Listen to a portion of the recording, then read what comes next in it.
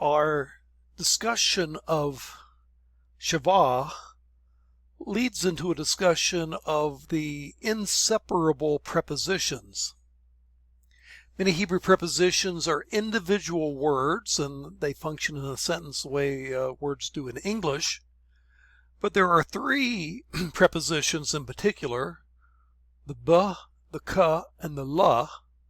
B meaning in, with, or by, k meaning as or like, and la meaning to or for, that are always prefixed directly to the word that they govern. And that's why they're called inseparable prepositions. So if you have the word for king is melech. Well, if you want to say with a king or by a king, it would be b'melech. You'd take preposition ba, which means in, with, or by, and attach it to the word for king. And your translation, in a king or with a king or by a king, would depend on the context.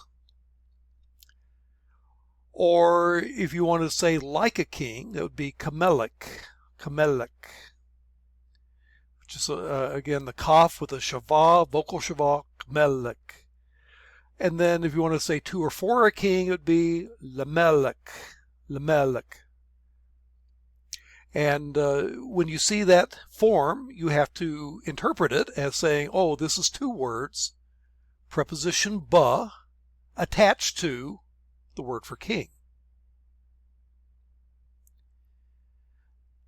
Now, introducing these prepositions will lead us directly to what is called the rule of Shiva.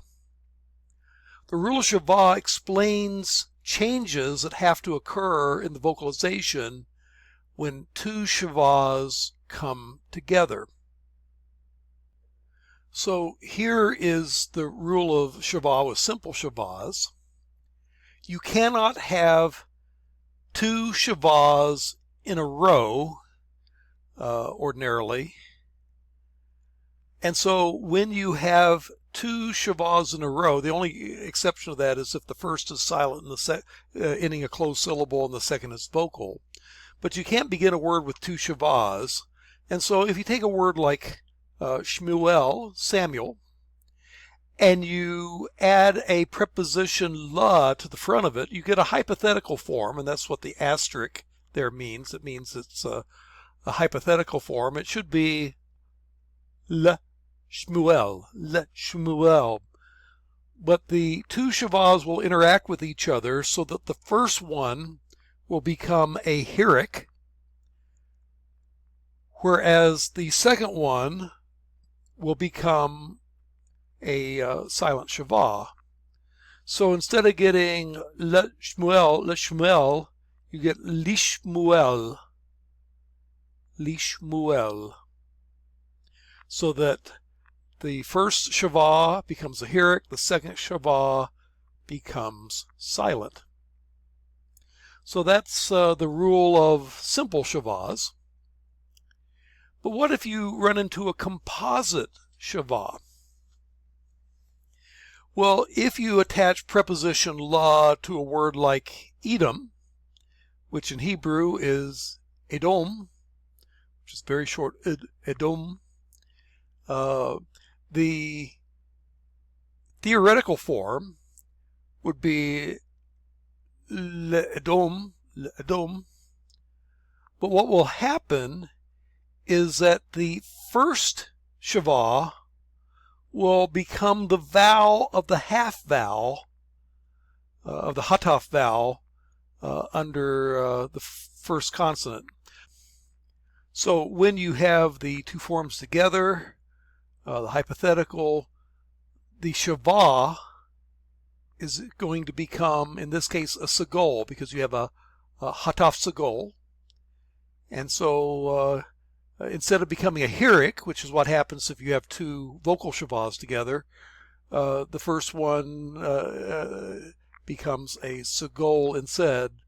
Same thing if you have a hataf patah, as in adama, and you want to put preposition la in front of it, you would get a adama. Well, the first the vowel, the shavah under the lamed will become a patah to blend in with the hataf patah that follows. So it becomes a short a vowel. Again, with two shavahs, it becomes a short I vowel. With a hataf sagol at the beginning of the word, the vowel will become a sagol. And if you have a hataf kamatz, as in oniyah, well, if you want to put a preposition law in front of that, it becomes lo odina. That would be a kamatz hatuf, a no vowel kamatz. Lo oniyah. And so that's the rule of shavah. It depends on whether it's a composite shavah or a hataf form, or whether it's a simple shavah, exactly how that works. Little word about the vocabulary. First word is ab, which is father. And that occurs in a lot of personal names like Abraham, Abram, which means the father is exalted. Next word is ish, which means man, or in some cases humankind, but it's the opposite of woman. Woman is isha, man is ish. And this is the most common word for man in the Bible. In certain contexts, it can mean husband. So the man of a woman would be the husband of a woman. Then you have Elohim. Again, notice the hataf sagol under the aleph here.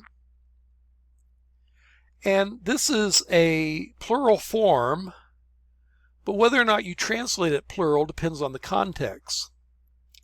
So if the meaning is talking about the one true God, Elohim is translated God with a capital G. But the Hirik Yod Mem ending is actually a plural ending, as we'll see. And in other contexts, it can refer to gods with a little g. And this can sometimes be ambiguous. So, for example, in Genesis 3, Eve thought that the fruit was desirable to eat because if you ate of it, you would become like Elohim, knowing good and evil. Was that become like God, capital G? Or is it become like gods, little g? I personally think it should be translated God's little g, and you'll see that in the margin of the Holman Christian Standard Bible, and I believe in the Christian Standard Bible too.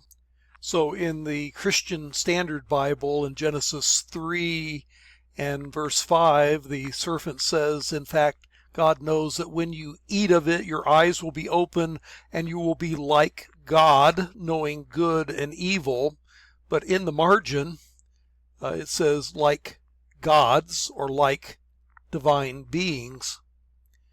And that marginal reading, like gods, was actually my proposal. I was one of the translators of the first, I was a translator of the first draft. I actually wanted gods in the main text rather than the margin, but it survived as a alternative rendering in the margin. In other words, what Adam and Eve wanted to do was to be their own gods, rather than depending on God and his divine revelation. Well, anyway, back to the vocabulary.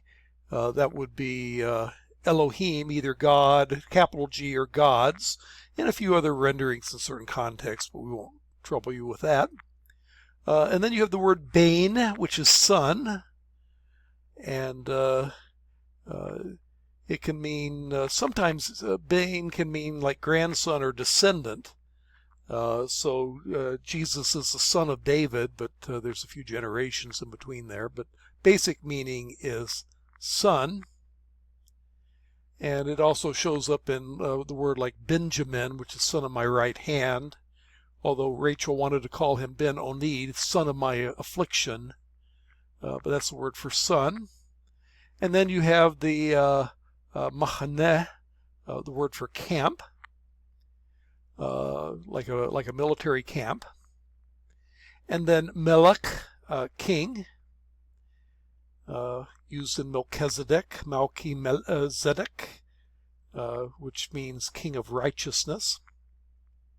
And then we've introduced the prepositions, preposition b, which means in, with, or by, preposition k, which means as, or like, or according to, preposition la, which means to or for, and then po, which means here, and sham, which means there. So now we can go here and there. A little bit about the exercises.